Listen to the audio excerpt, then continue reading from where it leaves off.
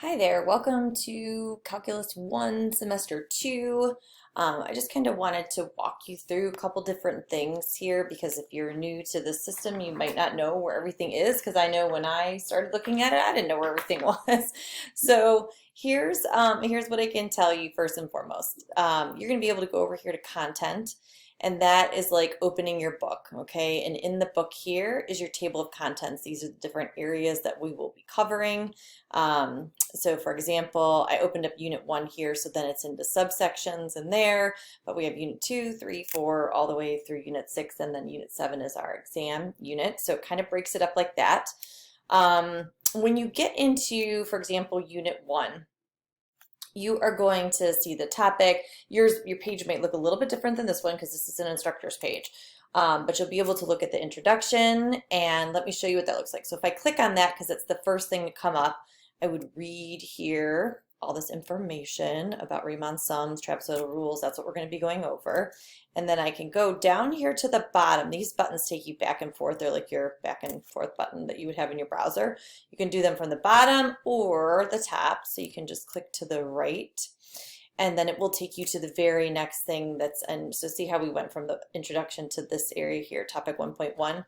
Well, within topic 1.1, we have several different ideas. We have some important information here, and then we have an overview, a review of sigma notation, and here's some lessons. So let me show you what those look like. So unit overview, this is another type of item where you're going to be like just kind of reading something and moving forward. I want to get to a lesson here really quick. So this is another area where you're reading into and then maybe have some links. And this is your lesson.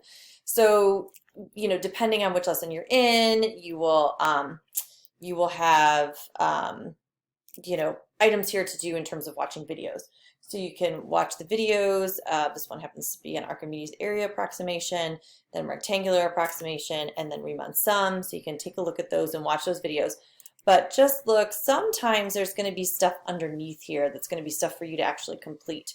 So make sure you're scrolling all the way down. Let me see if I can't find something like that for you. So let me go back to the beginning of Unit 1 here. Sometimes it's not always in like the first unit. So let me go to 1.2, and then it says like numerical approximation methods with integrals. So here again, you have your video lesson that you're going to be watching. But do you see how all of a sudden popped up these questions here at the bottom? So this is where you're doing some actual work, so to speak. Like this is where you do practice problems, and you'd want to keep these in your notebook, showing your work, etc. Now you can show some work on here. That's fine. You don't have to. Like this portion of things is not graded. This is more for your work. Now if you don't do it, obviously that's going to affect other things. But you can pop in here, and this is almost like a direct link of Desmos. If you've ever worked with Desmos, you can type in, your function. So 3x, and I'm just doing an arrow key with above the 6, like shift 6, and then squared, and then plus 1. And so that gives me the graph of what I'm looking at over here. So you can use this. I don't know if it's helpful to you or not. If you have a graphing calculator, that works too. But then the idea here is that you're going to use the midpoint approximation, the trapezoidal approximation, and Simpson's rule to identify all the approximate areas under this curve between 1 and 5. So I hope that helps you find some of this stuff, and I can cross out of this, or let me just pop it back in real quick, or I can hit this blue button here and it takes me to the very next question. So it kind of works like these buttons here, forward and backward, or close out to get back to this page here. So you can get an idea. Let's see how many there's. So there's 8 questions here, and so this tells me, you may not see this progress part of yours, but it tells me how long you've spent on something. Also gives you an average time spent. Wow, 18 minutes. I'm gonna have to take a look at that problem. That must be a doozy. So take a look. Oh my gosh, this one says 4 hours. Wow. All right, we're gonna have to take a look at some of these. I would not expect you to spend 4 hours on a problem. Let's just be clear with that. So I'll have to take a look at those. But this is kind of what you're gonna be looking at as you go through each of your units. So let me go back. So see if you look up top here, you can get back to different things by clicking on this. So I always look at like the table of contents as like the beginning of your book where it explains everything. Units are like your chapters, and these are your different pages, and maybe those pages have some things in them. So if I want to go all the way back to the table of contents, there we go. So then it has all the welcome and important course information, first assignments, and then each of your units. So you can keep going through with that, or you can go by just like clicking the right button. It'll keep taking you to the next thing. It is important to go in order. So, you know, by clicking that right arrow that I talked about, that'll keep you in order. You won't skip anything that way.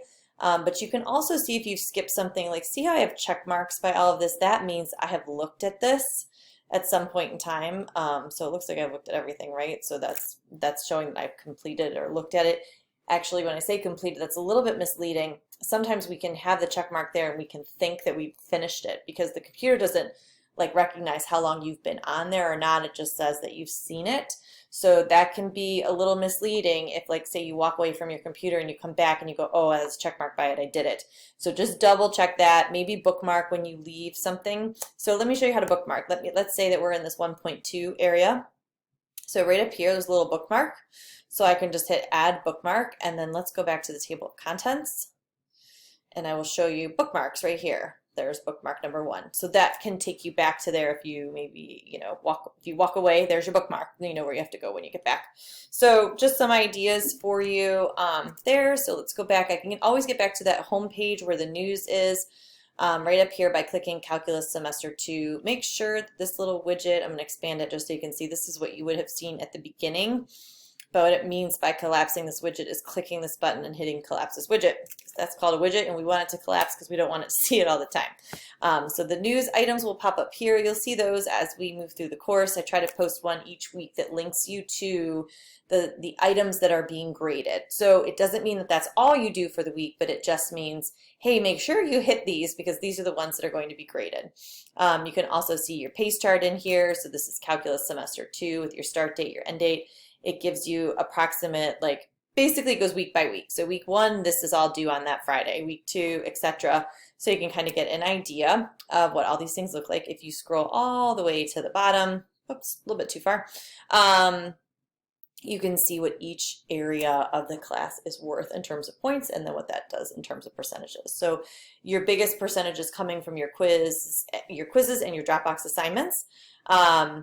So the discussion, you know, is a little bit smaller percent, and the final exam, discussion and final exam kind of balance each other out, and then you have your tests. So that just gives you an idea of how you want to spend your time as well. All right, so I think that kind of covers things for now. Just wanted to give you that quick little, you know, look around. The other thing that people find very important is your grades. That's under School Tools, Grades. So you will see your own grades here. This is my view, and I don't have any students right now, so you can't see it, but it'll say your name and your grades that are there. So that's important too. All right, give a holler to your instructor if you have any questions, but that concludes your little walk around of Calc 1 Semester 2.